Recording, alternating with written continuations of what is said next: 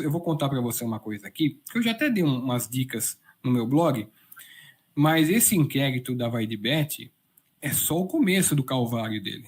Eu tenho conversado com muita fonte da polícia dessa investigação, aliás, eu converso todo dia, e eu posso te garantir que haverá mais 2 inquéritos desdobramentos desse, e que são muito mais graves do que esse. Esse é um inquérito que apurou uma comissãozinha da Vaidebet, comissãozinha não, né? 25 milhões da Vaidebet, um roubo que estava sendo preparado, e tem uma coisa, né, na questão de o pessoal perguntar por que o dinheiro foi para a conta da UJ. Eu vou te falar, é elementar porque o dinheiro foi para a conta da UJ. O Augusto, quando foi preparar essa comissão de 25 milhões, ele tinha primeiro que pagar as pessoas que investiam na campanha dele. Aliás, ele vai sair, se ele vai sair agora, ele vai sair com um pepino grande, papai, porque ele vai sair devendo. Você sabe que o presidente do São Bernardo, que investiu na campanha dele também, o presidente do São Bernardo, investiu na campanha dele. Tanto é que ele foi levar o Márcio Zanardi para ser treinador do Corinthians num acordo e acabou não dando certo. O presidente do São Bernardo quase bateu nele num restaurante aqui em São Paulo. Isso é verdade. Ele foi cobrar o Augusto, quase bateu. O Rubão estava junto na época ainda, o Rubão que não deixou bater. Mas então o Augusto vai ter esse pepino para resolver. Mas por que o dinheiro foi para o Jota? Porque o Augusto, primeiro ele quis pagar os caras, porque você dever para esse tipo de gente não é fácil. Então o dinheiro foi primeiro para os caras, entendeu? E a polícia entendeu. Por isso que ela pergunta para o Rubão se o Jota patrocinou a campanha do Augusto, e a polícia sabe que patrocinou, entendeu? Então é isso, eu acho que eu até me perdi um pouco no que eu estava respondendo agora, mas a gente estava falando do negócio da eleição, né, do Augusto. Isso. Eu queria que você aproveitasse duas. Uhum. Se você acha que ele renuncia antes do dia 26, no horário, e quem você enxerga como, se a gente está polarizando o Corinthians como Augusto Melo e Renovação e Transparência, quem você enxerga que seria uma terceira via interessante para uma próxima gestão? Olha, eu acho que o Augusto, ele não tem a grandeza suficiente para ele por si renunciar, não tem essa grandeza. Ele vai tentar ficar até o final. Só tem uma maneira do Augusto renunciar, porque o Augusto ele não é lá de muito corajoso. Então, se a torcida fizer com ele o que fizer com o do Alib, não estou falando de agressão, porque eu acho que é um absurdo agredir quem quer que seja, mas a pressão mesmo, chegar na porta, gritar, xingar, que o do Alib, os caras, o do Alib com 90 anos quase, os caras foram na porta dele, ficam gritando na janela. O Augusto, com uma noite de gritaria, ele renuncia. Uma noite de gritaria na porta, ele renuncia. Não tem essa coragem de ficar, não. Mas eu acho que é só isso que pode fazer ele renunciar. Ele não tem a grandeza para renunciar. Senão ele já teria renunciado. Ele está esperneando, até hoje ele está esperneando. Ele inventou esse negócio, esse processo aí, com esse Roberto William aí, que é uma coisa vergonhosa. Com relação ao futuro do Corinthians... Uma terceira via. Uma terceira via. Eu prefiro esperar um pouco para comentar em cima de quem, de fato, vai se lançar candidato. Porque se eu disser um nome aqui, o que vai acontecer? Vão dizer que eu estou recebendo o cara para poder fazer campanha para o cara. E eu vou prejudicar a mim e ao cara. Então, ou seja lá quem for. Então, eu prefiro que as pessoas se lancem e dentro das alternativas postas, aí eu posso fazer um comentário. Aí não tem problema, eu faço. Que nem na eleição, eu não fiquei em cima do muro. Se você entrar no meu blog e botar André Negão entre aspas, não tem nenhum elogio para o André Negão, muito pelo contrário. Mas um dia antes da eleição eu falei, se eu pudesse votar no Corinthians, porque eu não podia porque eu estava afastado do clube, se eu pudesse votar, eu votaria no André Negão, contra o Augusto Melo. Porque o Augusto Melo era uma alternativa, talvez a pior da história do Corinthians. A pior alternativa da história do Corinthians. Nunca houve um presidente tão bandido no Corinthians. Nunca houve. Nunca houve. Já existiu gente que a gente sabe que aprontou o arco da velha. O Andrés, todo mundo. O Roberto Andrade. Sabe que o Roberto Andrade, depois que foi presidente, ele era vendedor de carro da Nova Veículos, né? Sabe que o Roberto Andrade, eu contei essa história no blog. Ele era o Roberto da Nova, né? Roberto da Nova. Segundo o dono da Nova, que afastou ele da Nova sob acusação de roubo, inclusive tem um inquérito policial que tramitou, ainda está em grau de recurso. O Roberto teria, agora eu coloco teria, porque ele me contou, eu não vi, ele não provou, então eu vou falar teria. O dono da Nova falou que o Roberto de Andrade teria aparecido lá com uma mala de dinheiro e comprou 5% da Nova. E que mas o Roberto, o processo que o Roberto moveu contra você foi em cima disso ou não? Não, foi alguma coisa que eu falei dele, do Corinthians e tal. O processo do Andrés, o processo do Andrés, falei tanto do Andrés que tinha um monte de coisa lá no meio do processo. Então foi o Andrés, o Roberto, o Duílio moveu o processo agora, e o Duílio, o processo não foi nem aceito. Ele abriu um inquérito policial, eu fui me defender do que eu falei para ele, mostrei. A última pessoa que me processou, aliás, da família Monteiro Alves, foi o Adriano agora. Ele não chegou nem a processar, ele abriu um inquérito policial, ele ficou tristinho, porque eu escrevi que, segundo fonte da Taunza, e fonte da Taunza mesmo, o irmão do Duílio teria recebido um percentual sobre a transação da Taunza. Que é a informação que eu tenho, que eu também não posso afirmar, porque eu não tem foto, não tem nada, mas que o pessoal conta lá, é que a Taunza chegou através do Adriano Monteiro Alves, porque ele teria um relacionamento com uma familiar do dono da Taunza.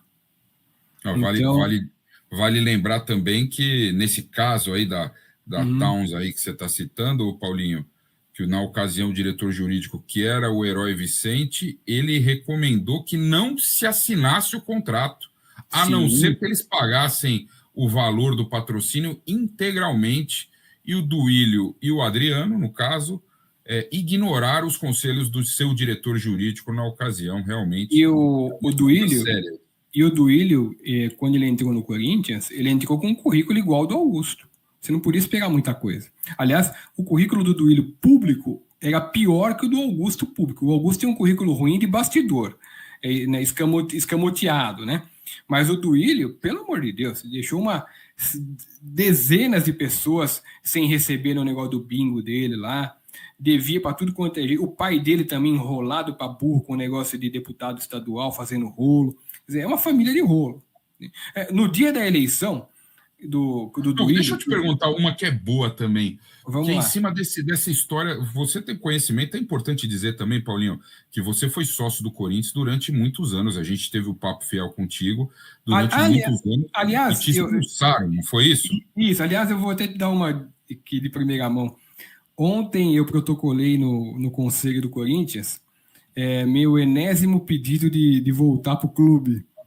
Agora está na mão do Tuma, o Tuma deve repassar para o. Se é que vai repassar, né? Deve repassar para a comissão de ética.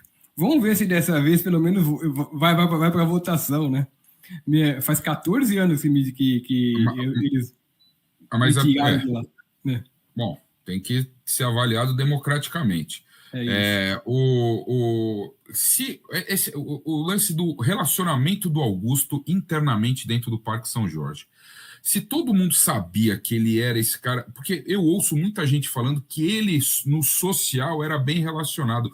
Inclusive, ele foi candidato a vice do Cittadini numa das eleições, se eu não me engano, foi a eleição do Roberto. Eu não vou lembrar agora qual foi a eleição exatamente. Mas se ele era tão vilão, eu não estou duvidando da sua, até porque você me provou com um monte de coisa. Eu só estou querendo entender por que, se ele era esse vilão todo, por que o Cittadini, que é um cara do Tribunal de Contas, respeitado e tudo, aceitou o cidadão aí como vice dele? Então, isso daí basta você observar a ordem cronológica dos fatos. Quando o Augusto Melo foi candidato a vice-presidente do Corinthians na chapa do Cittadini, eu vou te contar a história de como aconteceu isso, porque eu fiquei sabendo. O vice era para ser o Osmar. Então teve um almoço que foi o Rubão, o Osmar e o Cittadini. Aí, por composição política, o Osmar era uma pessoa que tinha voto dentro do clube, mais ou menos igual ao Augusto. Então, Osmar Stabile, que é o atual primeiro vice. Que é o atual primeiro vice. Aí o Osmar Stabile entrou de primeiro vice. E apareceu nesse almoço aí, levado pelo Rubão e levado pelo Stabile, o Augusto Melo. Que, se eu não me engano, o Cittadini conheceu ele lá. Conheceu assim se eu não me engano. Não vou dizer porque eu não sei se ele não conhecia antes. Mas até onde eu sei. E nesse almoço foi proposto que o Augusto Melo ficasse com a segunda vice-presidente, que é menos importante, porque o segundo vice-presidente, na verdade, não tem nenhuma chance de ser presidente, só se morrer os dois primeiro, ou for afastado, né? Sei lá. Mas aí o que acontece? Aí foi proposto, não tinha ninguém para colocar de segundo vice, e o Cittadini falou: quer saber, esse rapaz se movimenta lá no CIFAC, não sei aonde e tal, e colocou o Augusto. Mas ninguém sabia, até aí não tinha saído nada do Augusto. Eu mesmo não conhecia. Eu ouvi falar do Augusto na época da base, que aquele negócio de... É o futebol do social ali, né? Isso, social. Eu só fui descobrir, pelo menos porque eu não dava nenhuma importância para o Augusto, assim, política. Porque o Augusto era realmente um cara pouco conhecido do que ele fazia fora do clube. Dentro do clube é um espertalhão, sujeito boa praça de conversar, aquela coisa toda. Quem conversa com ele vai dar risada. É um sujeito que, é nem o André Negão, um sujeito agradável de conversar. Bom, aí o que acontece? Quando acabou a eleição lá, que o Cittadini perdeu junto com o Augusto, aquela coisa toda, o Augusto começou a fazer campanha, já para a próxima eleição. Ele perdeu, o Augusto já se lançou praticamente candidato a presidente. E nesse meio tempo de que ele se lançou candidato a presidente, eu não lembro se foi já no primeiro ano ou no segundo ano, ele começou a entrar em contato com a imprensa. Ele queria fazer o que é normal, o cara é candidato, está entrando em contato com a imprensa. Aí ele me chamou, o Ciborgue me ligou, não sei se você conhece o Ciborgue, do Corinthians. Eu já ouvi falar, não conheço ele pessoalmente. Então, o Ciborgue é uma figura folclórica lá do Corinthians, já de muitos anos. E o Ciborgue me ligou, é amigo do Augusto, falou: Paulinho, o Augusto Melo quer conversar com você, bater um papo, ele está querendo sair candidato a presidente, ele quer contar as coisas dele e tal. Bom, aí eu peguei...